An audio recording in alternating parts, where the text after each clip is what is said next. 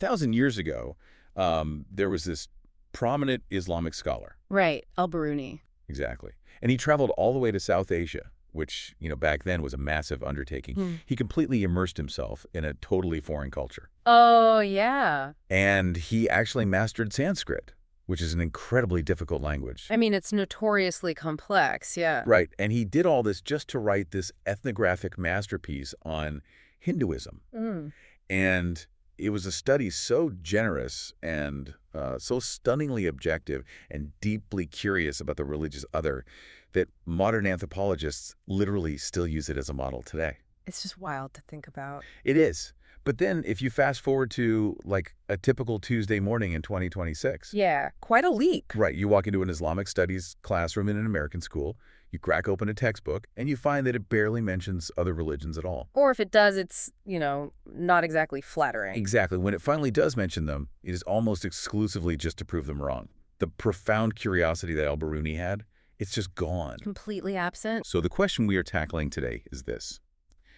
How did an intellectual tradition lose 1,000 years of its own history? It's a heavy question. It really is. Okay. So welcome to this deep dive. If you are joining us today, I am so glad you are here with us. Because whether you are a parent trying to raise grounded kids, or maybe an educator wrestling with curriculum, or just someone trying to navigate the incredibly diverse and sometimes totally chaotic American public square, the mystery we are looking at today is going to completely change how you view religious education. It really shifts your entire perspective. Totally. It changes how you see civic duty and that massive tension between holding deep convictions and embracing pluralism. Right, and it is a tension we all face in one way or another, How do you remain deeply rooted in who you are while actively and, generously engaging with people who are fundamentally different? And as you pointed out with that incredible historical contrast, the way we answer that question today looks very different than it did a millennium ago. Okay, let's unpack this. Our mission today is to figure out exactly how U.S. Islamic schools are preparing their students for a radically diverse society. And we are pulling from a really fascinating stack of materials for this. Well, we have some great sources today. Yeah, we have an academic abstract, a super comprehensive conference presentation slide deck, and this deeply reflective, almost personal blog post. And all of these are from the same researcher, right? Yes, all of these come from Dr. Iqbal Akhtar. He presented this research at the ISLA, that's the Islamic Schools League of America Research Symposium, on April 26, 2026. And Dr. Akhtar's background is, it's really essential context for the listener to keep in mind here. Oh, for sure. Tell us about him. Well, he is an associate professor of religious studies as well as politics and international relations at Florida International University.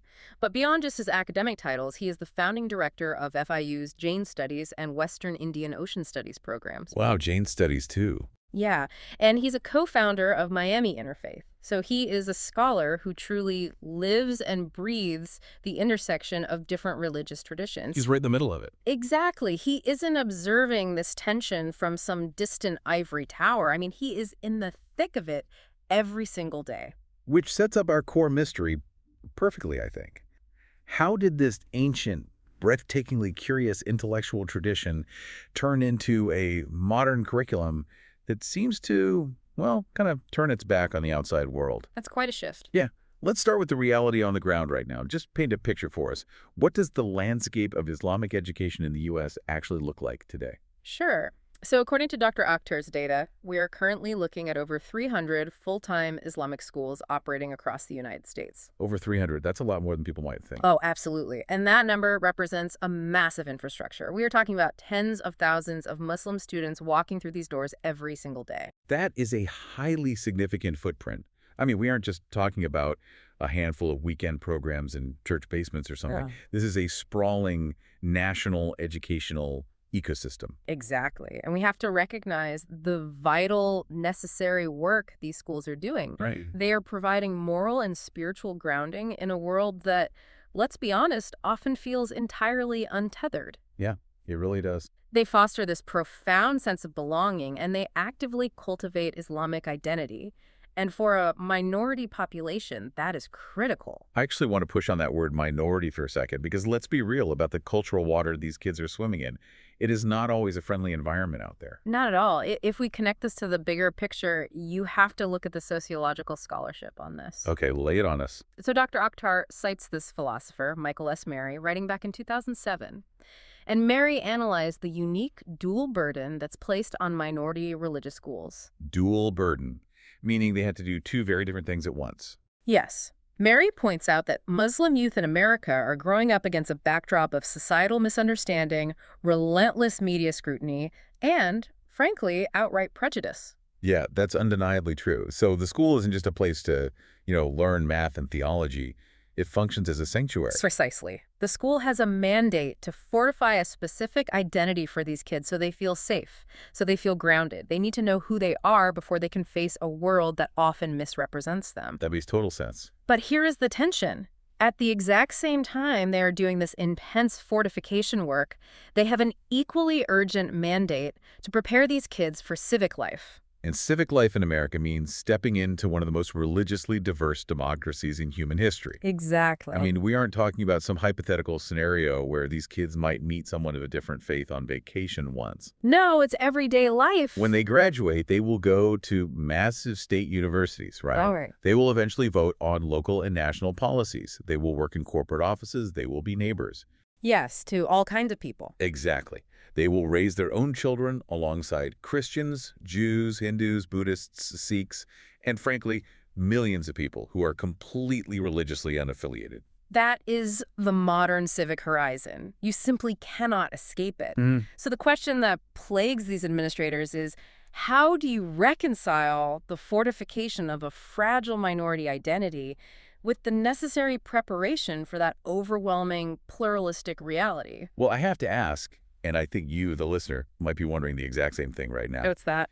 If you are a school principal, right, and your primary overriding goal is to protect this fragile identity from a society that doesn't understand you, doesn't teaching your students about other religions feel totally counterproductive. It feels like a risk, yeah. Right. I mean, think of it this way. It's like spending all your time, your money, your energy fortifying the walls of a house. You're making them thicker and stronger to keep the elements out. But you completely forget to install any windows to see who your neighbors are. That is exactly the psychological trap. It's a perfect analogy. Because if your entire operational paradigm is defense, then windows aren't features. Right, they're weak points. Exactly. They are vulnerabilities. They are literal gaps in your armor. If your job is to keep the cold wind out, why on earth would you open a window? You might think, if I show them the beautiful house across the street, they might leave this one. Right. You're thinking, let's just keep the blinds drawn, lock the doors, and focus purely on what's inside. And honestly, it makes perfect logical sense from a defensive posture. It makes complete sense, yes. But the irony, and this is what Dr. Akhtar's research brings forcefully to the surface, is that building a house with no windows is not actually how the House of Islamic Scholarship was originally designed. It wasn't built that way. No, not at all. The natural question that arises from this modern insular posture is whether this defensive crouch is a core feature of Islam itself, or if it is a completely modern invention. And that brings us to what Dr. Akhtar calls the embarrassing paradox, which is such a striking phrase. It really is. In his blog post, he writes that it's embarrassing once you see it, because you can't unsee the discrepancy. He points out that the classical Islamic intellectual tradition produced some of the most generous, rigorous, and ethnographically curious works of comparative religion that human beings have ever written. It is a stunning historical contrast, and it completely shatters the modern assumption that religious devotion somehow requires ignorance of other faiths. Right. Let's look at the historical exemplars he provides, starting with the one you mentioned in the hook, Abu Rayyan al-Bīrūnī. Let's really dig into al-Bīrūnī, because we are talking about the 11th century here, 973 to 1048 CE. Yeah, so a long time ago. Yes, and al-Bīrūnī was a total polymath. But the key thing is, he wasn't just sitting in a library in the Middle East reading secondhand accounts of other religions. He wasn't just reading Wikipedia pages. Right. He physically traveled to South Asia, he lived among Hindu communities, and most importantly, he took the time to actually learn Sanskrit. I really want the listener to grasp the magnitude of that. Just think about the logistical and intellectual difficulty of a Muslim scholar moving to South Asia in the 11th century. It's mind-boggling. There are no modern translation tools, there's no internet, there's no Rosetta Stone. He's overcoming massive cultural barriers. Yeah. And he didn't just learn, like, a few conversational phrases to buy bread in the market. He mastered a highly complex, sacred language so he could read their texts in the original. And the result of all that effort was his book, Takma Lilhind. And you have to understand, this was not a polemic. Right, it wasn't an attack. Exactly. It wasn't some hit piece designed to make Hinduism look bad and Islam look good. It was a model of cross-cultural ethnographic inquiry. Wow. Dr. Akhtar notes that its patient interior accuracy is so profound that modern scholars today still rely on it. Al-Bīrūnī genuinely wanted to understand Hinduism on its own terms. It's like he was conducting modern, peer-reviewed anthropology a millennia before the discipline was even formally invented. Pretty much. And he isn't an isolated genius either. I mean, Dr. Akhtar also brings up al-Shahrastani, who lived shortly after, from 1086 to 1153 CE. Yes, al-Shahrastani is another great example. He compiled this massive work called Al-Milal wa al-Niyol. What is that exactly? It was an encyclopedic survey of religious communities and philosophical schools, and it was so incredibly comprehensive and detailed that modern historians of religion are still studying it, and they're still arguing with its categorizations today. Here is my question, though. Why were they doing this? What do you mean? Like, were they just secular academics who happen to be Muslim? Because today, we often associate that kind of objective comparative study with secular universities, not really with deeply religious environments. And that is the core misconception Dr. Akhtar is trying to dismantle right there. They were not doing this in spite of their faith. They were doing it because of their faith. Ooh, really? Yes. This intellectual curiosity was rooted directly in their scriptural foundation. The Quran itself, specifically verse 49.13, mandates a concept called ta'aruf. Ta'aruf. Okay, what does that actually mean in practice? It translates roughly to mutual recognition across human difference. The Quran explicitly states that God created humanity in different nations and tribes specifically so that they might come to know one another. Oh, wow. Yeah. So it is framed not as some sociological accident, but as a divine mandate for pluralism. The diversity of the human race isn't a mistake that needs to be corrected. It is the intent of the Creator. That completely flips the script. It really does. So the diversity is the point. It's not a test of your faith to see if you can ignore the neighbors. It's a literal command to engage with them. Exactly. Furthermore, the Quran teaches the concept of universal prophecy. Which is what? It's the idea that God sent messengers to every single people on earth. Therefore, it doesn't view other religious traditions as complete, dark voids of truth. It specifically addresses Christians and Jews as al-Kitab, which translates to the people of the book. Right. They are viewed as partners in a historical, covenantal relationship. And it wasn't just theoretical theology happening in a vacuum, right? There was a very real, very tangible political precedent for this kind of pluralism right at the inception of the community. Dr. Akhtar points to the Uthafet al-Medina, the Medinan Covenant of 622 CE. Yes, and this is a crucial piece of the puzzle. The Medinan Covenant was established by the Prophet Muhammad himself.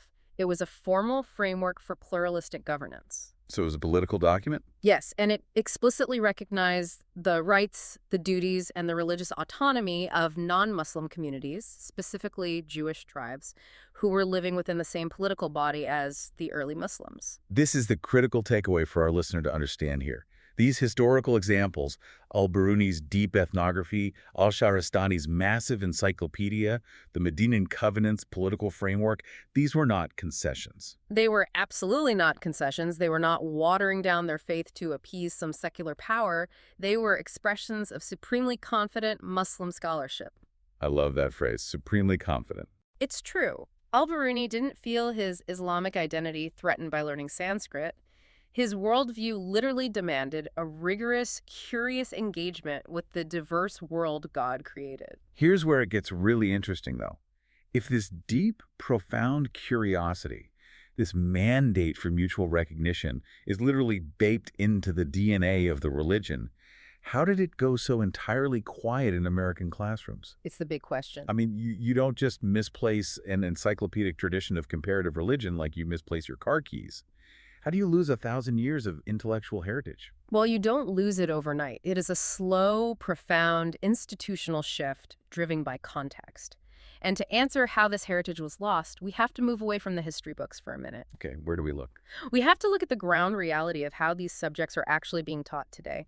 And this brings us directly to the core of Dr. Akhtar's research design, because he wanted to scientifically measure the gap between that brilliant historical heritage and the modern classroom. Let's break down how he actually did this, because the methodology here is vital. It really is. If I'm a parent listening to this, I want to know this isn't just one guy's opinion.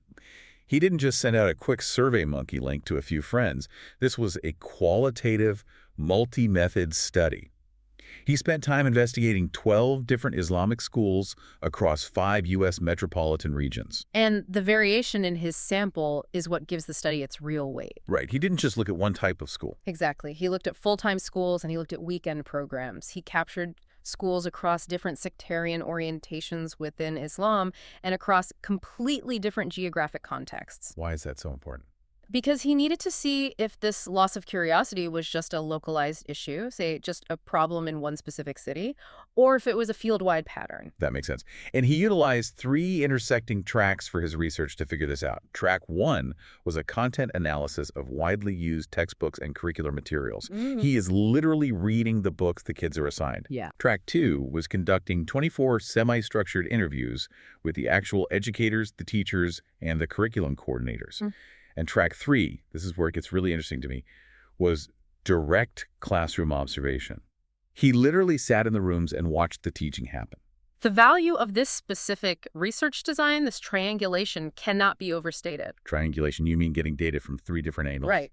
By looking at the textbooks, talking to the teachers behind closed doors, and watching the actual teaching in real time, the study separates what schools claim to do with their glossy mission statements from what is actually happening when the bell rings. Now, he does offer a caveat in his presentation, which we should mention.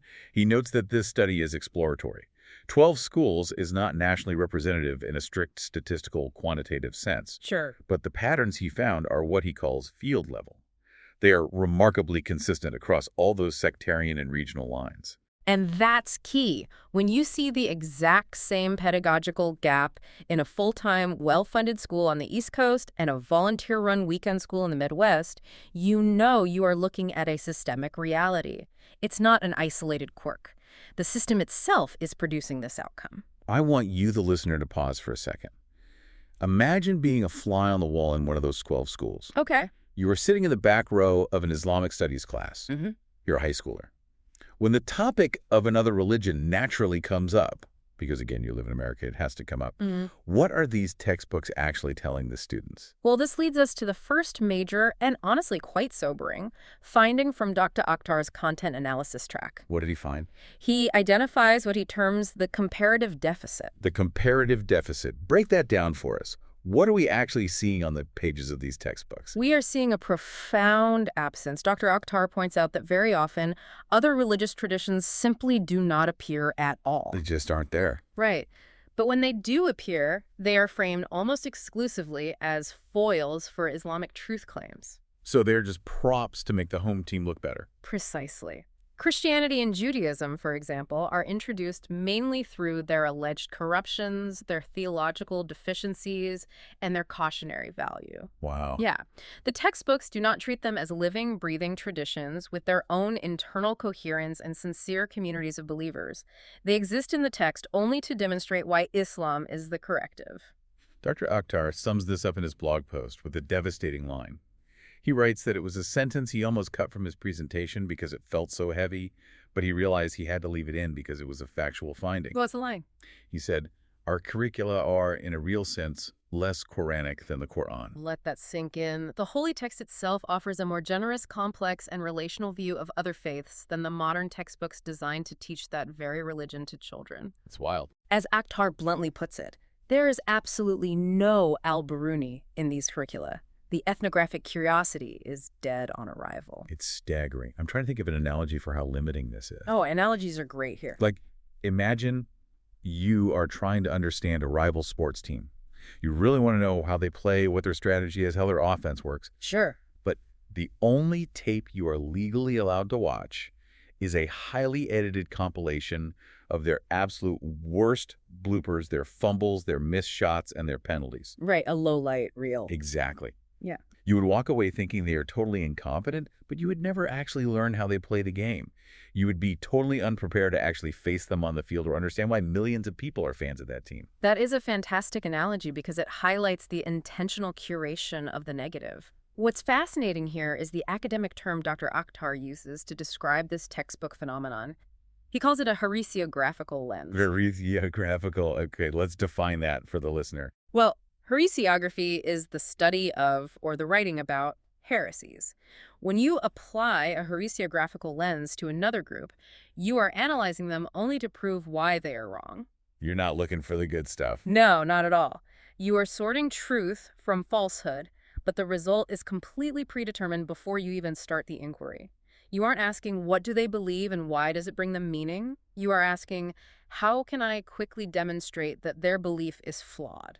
So if a textbook, using a heresiographical lens, brings up the Christian concept of the Trinity, for instance, Right.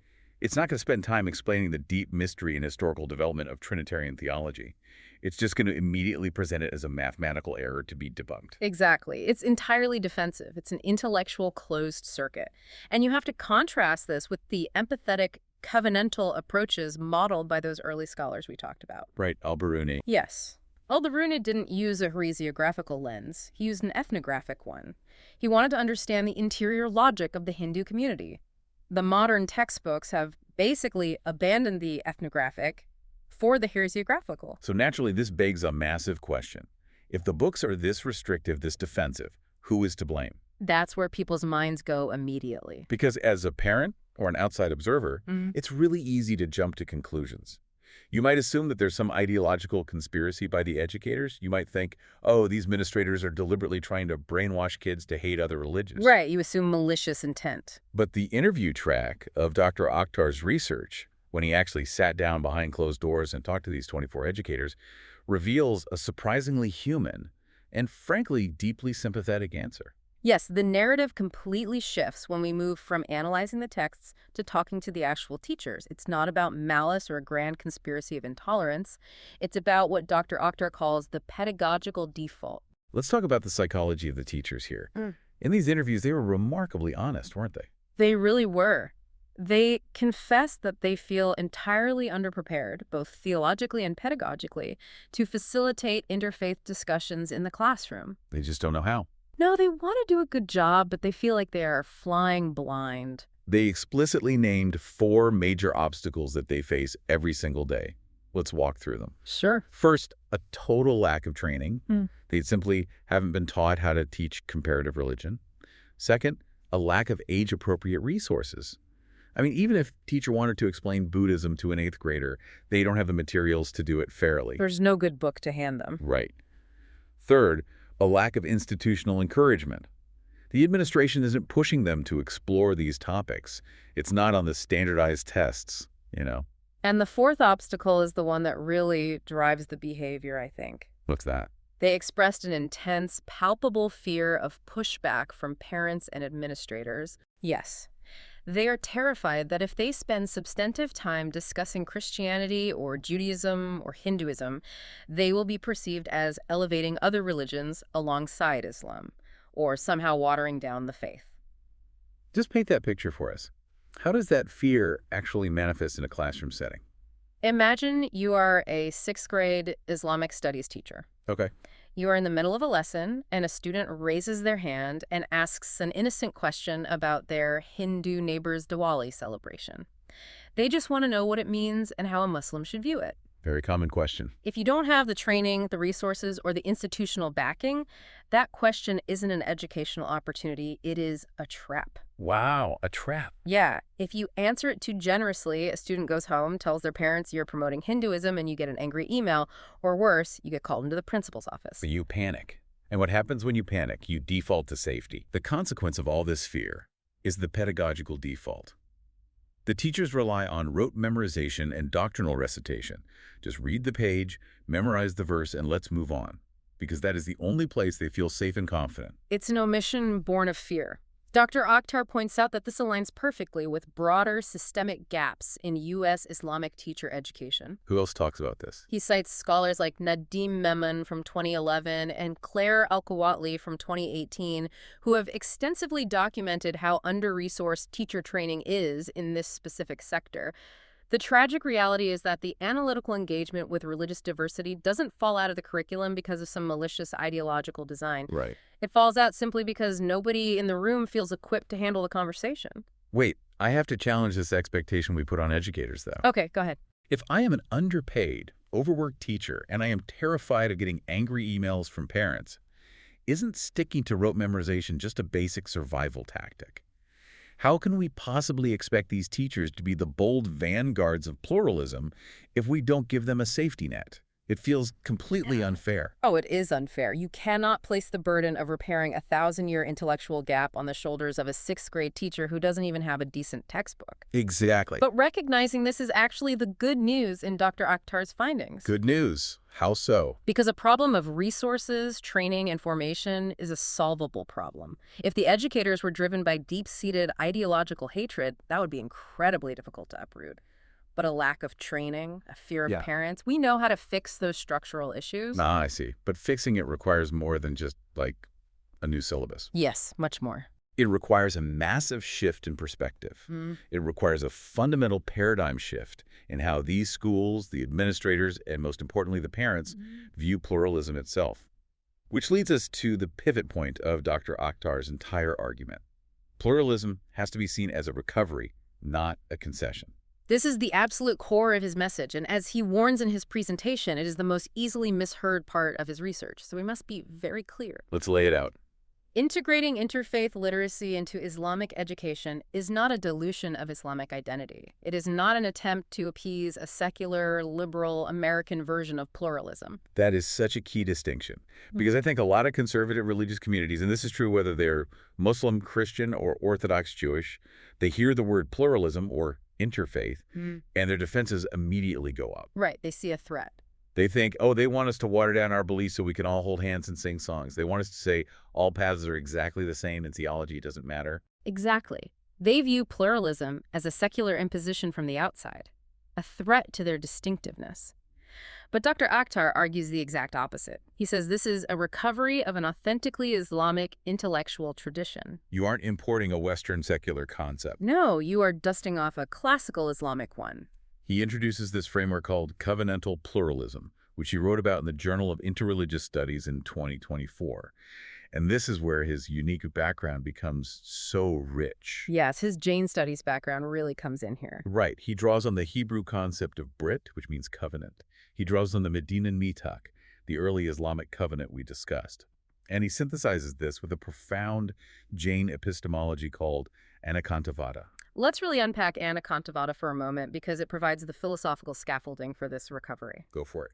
It is a core Jain concept that literally translates to many-sidedness. It is the idea that ultimate truth and reality are infinitely complex and have multiple aspects. So no one has the whole picture. Exactly. Therefore, no single specific human perspective can capture the absolute totality of truth.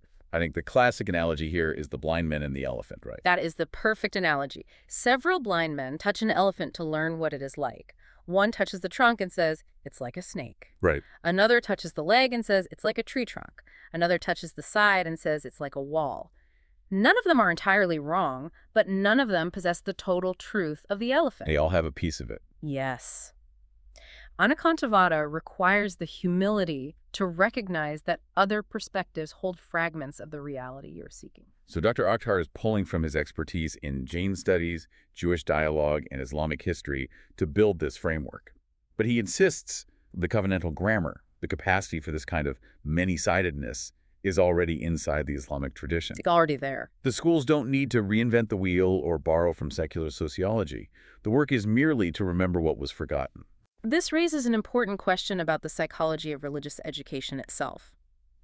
When you design a curriculum from a place of fear of the secular world, fear of the Christian majority, fear of losing identity, you inevitably create brittle identities in your students. Brittle. That's a good word for it. A fortress might seem strong, but if the walls are rigid enough, They shatter when struck by an unexpected force. But when you teach from a place of historical confidence, like al-Bīrūnī learning Sanskrit without a shred of fear that he'd lose his soul, you create something entirely different. You create resilient, deeply rooted students. Yes, they can step out of the fortress, walk into a diverse public square, and engage the religious other without feeling threatened. It completely changes their posture in the world. So what does this all mean for the schools today? It means realizing that embracing pluralism isn't about becoming more Western. It's about becoming more historically Islamic. That is the paradigm shift that unlocks everything else. Once the educators and the parents grasp that, the fear begins to dissipate. Pluralism stops being a secular threat and becomes a religious obligation. Okay, theory is great. The historical philosophy of the Mennonite Covenant is beautiful. But I want to push back on the logistics here. Okay, let's get practical. How does a school actually implement this on a random Tuesday morning in November? We have to get practical. Dr. Akhtar proposes 3 specific pathways forward for the field. Yes, he moves from the theoretical to the highly actionable. The first pathway, and he argues this is the highest leverage intervention available, is teacher formation. Which makes total sense based on what we just uncovered. If the teachers are terrified of parental backlash, nothing changes. Exactly. This means targeted professional development specifically for Islamic studies, teachers in the areas of comparative religion, and facilitated dialogue pedagogy. So actually teaching the teachers how to teach this stuff. Yeah. Yes. As Akhtar bluntly puts it, teachers cannot teach what they do not know. We have to invest in the educators first. We have to give them the theological grounding to know that it is okay to teach this, and the pedagogical tools to manage complex, sensitive conversations in the classroom without panicking. Pathway number 2 is curricular resources. Because you can't just train the teachers and then send them back to the classroom with the exact same hagiographical textbooks, right? That would defeat the purpose. Right. Dr. Akhtar calls for developing textbook supplements that are grounded in Islamic sources. He points right back to the classical Malal Wanyal genre we discussed earlier. He says, we do not need to invent a method, we need to remember one. These resources need to engage other traditions with theological generosity. And then we come to the third pathway, which is perhaps the most transformative, but also the most challenging. Yeah, what's that? Lived partnerships. Yeah. This is about establishing sustained pedagogical relationships with neighboring religious communities. We are talking about partnerships with local synagogues, churches, Hindu temples, and Sikh gurdwaras. Now, I have to challenge this. Why?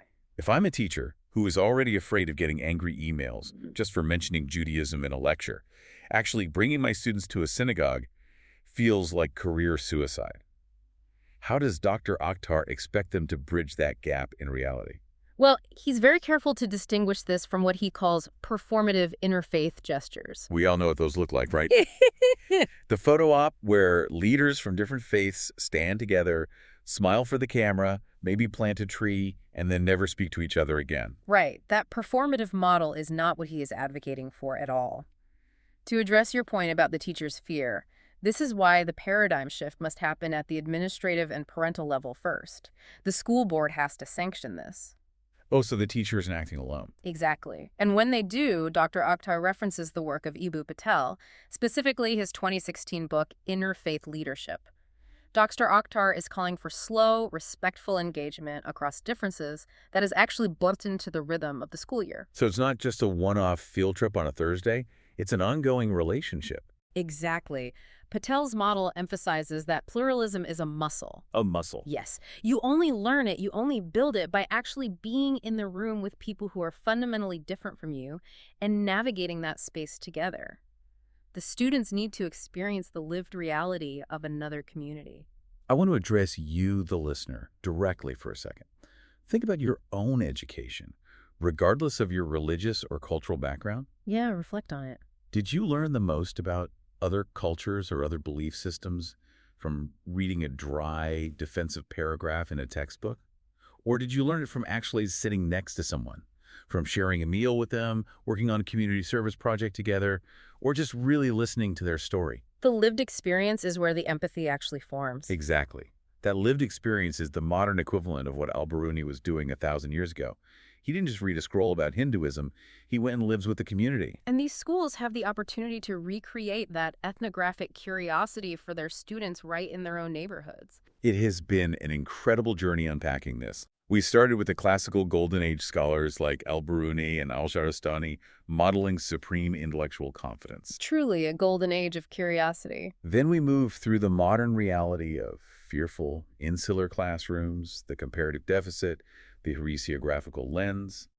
But we are ending on a genuinely hopeful note. We really are. The educators Dr. Akhtar interviewed aren't resistant to this change. They are hungry for it. They want to do the right thing for their students. They just need the permission, the training, and the resources to do it. As Dr. Akhtar concludes in his blog, the heritage is theirs. The classrooms are theirs. The work is theirs to reclaim. And we need to remember the broader civic implication here, too. This isn't just an internal theological debate for Islamic schools. No, it affects everyone. Right. The tens of thousands of young Muslims graduating from these institutions are stepping out into an American public square that is highly polarized, fearful, and often totally fractured. Islam, at its historical best, offers that public square a beautiful vision of human dignity grounded in divine intent. It's a vision we really need. The United States desperately needs the working philosophy of religious co-citizenship that was modeled in the Medellin Covenant all those centuries ago. The health of a diverse democracy relies entirely on citizens who are deeply rooted in their own convictions, yet entirely capable of extending grace, curiosity, and respect to their neighbors. So as we wrap up, I want to leave you with a final provocative thought. Okay, let's hear it. We've spent this time exploring how a return to ancient roots, the covenantal grammar of early Islam, is actually the key to modern pluralism for these specific schools. But let's extrapolate that out. Okay. What if we applied Dr. Akhtar's concept of covenantal pluralism and that Jain idea of anekantavada, that reality is perceived differently from diverse points of view to everyone? It's a very compelling thought experiment. What would happen if every religious and secular institution in America stopped building defensive walls? What if every church, every synagogue, every secular university dug deep into their own ancient texts, their own founding documents, to find their own hidden mandates for mutual recognition? That would change the country. Could the cure for our modern, hyper-polarized, fearful society actually be hiding right there in the dusty, forgotten pages of our oldest traditions? Maybe the way forward isn't inventing something new, but finally remembering what we already knew a long time ago. That is something worth pondering deeply. Thank you so much for joining us on this deep dive. Keep asking questions, keep looking for those hidden mandates, and keep seeking out multiple perspectives. Take care.